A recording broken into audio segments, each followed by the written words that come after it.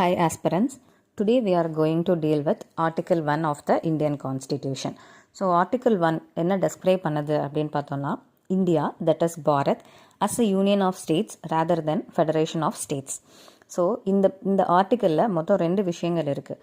ஒன்று நம்மளோட கண்ட்ரியோட நேம் என்ன, இன்னொன்று நம்மளோட டெரிட்டரிஸ் என்ன, இது 2 பற்றி தான் பேசுது. ஸோ கண்ட்ரியோட நேம் அப்படின்னு போகிறப்போ நம்ம கான்ஸ்டியூஷன் அசம்பிளியில் இருக்க மெம்பர்ஸில் சில பேர் என்ன பண்ணாங்கன்னா ட்ரெடிஷ்னல் நேம் பாரத் அப்படின்னு வைக்க சொன்னாங்க. அதர்ஸ் என்ன பண்ணாங்கன்னா மாடர்ன் நேம் இந்தியா, ஸோ இந்தியான்னு வைக்கலாம் அப்படின்னு சொன்னாங்க. ஸோ நம்மளோட கான்ஸ்டியூஷன் அசம்பிளி 2த்தையுமே மிக்ஸ் பண்ணுற மாதிரி இந்தியா, தட் இஸ் பாரத் அப்படின்னு நேம் வச்சுட்டாங்க.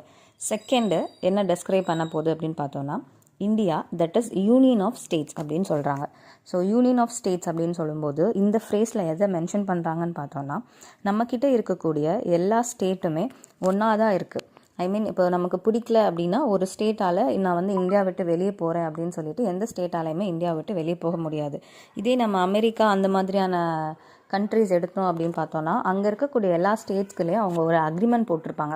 அதுதான் union states of America. So அந்த அக்ரிமெண்ட் ஏதோ ஒன்று வயலேட் பண்ணுறாங்க, இல்லை அவங்களுக்கு ஏதோ ஒரு இதாக இருக்குது அப்படின்னு பார்த்தோன்னா மற்ற ஸ்டேட்ஸால் அமெரிக்காவிலேருந்து பிரிஞ்சு போக முடியும். வேறஸ் இன் இந்தியா நம்மளால் எந்த ஸ்டேட்டாலையுமே எனக்கு பிடிக்கலன்னு நம்மளோட இந்தியாவை விட்டு பிரிஞ்சு போக முடியாது. ஏன் இப்படி பிரிச்சிருக்காங்க அப்படின்னு பார்த்தோன்னா ஃபார் அட்மினிஸ்ட்ரேஷன் பர்பஸ்க்காக தான் பிரிச்சிருக்காங்க. ஸோ அடுத்து நம்மளோட ஆர்டிக்கல் என்ன சொல்லுது அப்படின்னு பார்க்குறோன்னா இந்தியாவோட டெரிட்டரியை பற்றி பேசுகிறாங்க. ஸோ டெரிட்டரியை இவங்க 3 வகையாக கிளாஸிஃபை பண்ணுறாங்க. ஸோ 3 கேட்டகரிஸ் என்ன அப்படின்னு பார்த்தோன்னா territories of India, territories of the state, union territories and territories that may be acquired by the government of India at any time. So first one territories of the state, நமக்கு தெரியும் நம்மக்கிட்ட என்னென்ன states இருக்கோ அது எல்லாத்தோட boundary. அடுத்தது நம்மக்கிட்ட இருக்க யூனியன் டெரிட்டரிஸ். இந்த தேர்ட் ஒன் இருக்குது இல்லையா, டெரிட்டரிஸ் அக்வயர்டு பை இந்தியா அப்படின்னா ஏதோ ஒரு ஃபாரின் டெரிட்டரிஸை இந்தியா எப்பயாச்சும் வாங்கியிருப்பாங்க. எப்படின்னா ஏதாவது ஒரு உடன்படிக்கை மூலமாகவோ பர்ச்சேஸோ கிஃப்ட்டோ இல்லை ஏதாவது ஆக்குபேஷன் இந்த மாதிரி ஏதாவது ஒரு உடன்படிக்கை மூலமாக வாங்கியிருக்கலாம். அப்படி பார்க்கும்போது அந்த மாதிரி நம்மக்கிட்ட ஏதாவது டெரிட்டரிஸ் அக்வயர் பண்ண மாதிரி இந்தியாவில் இருக்குது அப்படின்னு பார்த்தோன்னா ஆமாம், கண்டிப்பாக இருக்குது. அது என்ன அப்படின்னு பார்த்தோன்னா டட்ரா அண்ட் நகர் ஹவாலி, கோவா, டாமன் டையூ, புதுச்சேரி, சிக்கிம், இது எல்லாமே நம்ம ஃபாரின் டெரிட்டரிஸை அக்வயர் பண்ணின டெரிட்டரிஸ். ஃபாரின் டெரிட்டரிஸை நம்ம அக்வயர் பண்ண பிறகு இது ஆட்டோமேட்டிக்காக இந்தியாவுக்குள்ளே வந்துடுது.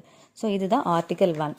இதே மாதிரி நிறையா யூஸ்ஃபுல் இன்ஃபர்மேஷனை தெரிஞ்சுக்கணுன்னா டிஎன்பிஎஸ்சி மாஸ்டர் கே ஐஏஎஸ் அகாடமியை ஃபாலோ பண்ணுங்கள். பாலிட்டி மேட் ஈஸின்னு ஒரு பிளேலிஸ்ட் இருக்குது, அதையும் பாருங்கள். தேங்க்யூ.